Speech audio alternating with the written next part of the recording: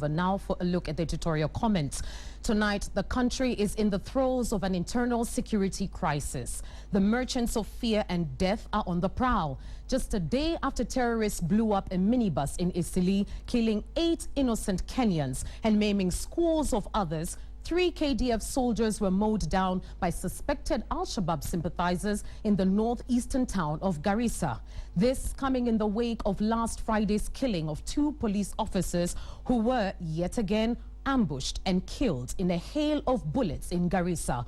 By deliberately targeting law enforcement officers, the merchants of fear are telling Kenyans that we are exposed, that nobody can guarantee our security. And by detonating explosive devices in a public service vehicle and other social places like churches and bars, as it has happened in the recent past, the merchants of death seek to spread a blanket of terror upon Kenyans. Naturally, people under the spell of terror might either be cowed or resort to taking the law into their hands, as it has been witnessed in Isili, where members of the Somali community were being targeted. Such reactions only make a bad situation worse. They are counterproductive.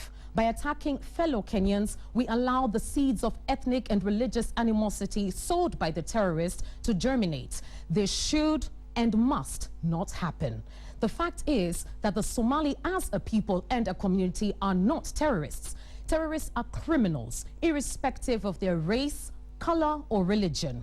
Yet, we would be burying our heads in the sand if we failed to acknowledge the threat posed to our national security by terrorism, especially after the incursion of the Kenya Defense Forces into Somalia. The very amorphous nature of terrorism means that the security surveillance systems will often be breached, but that should not be an excuse. The government's law enforcement agencies must up their game and face up to the new threats to the country's internal security. Those in charge of security in the country must demonstrate that they are in charge or give way to those who can do the job.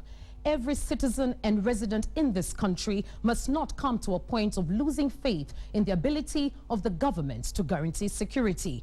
And on that front, time is fast running out for the government. However, we hasten to add that the war on terrorism cannot be won by the government alone. Every person resident in this country must now be part of the national intelligence gathering system. Do you know your neighbor?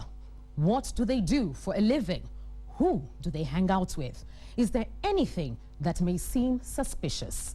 Asking such questions and seeking answers may just make our country safer than we could imagine.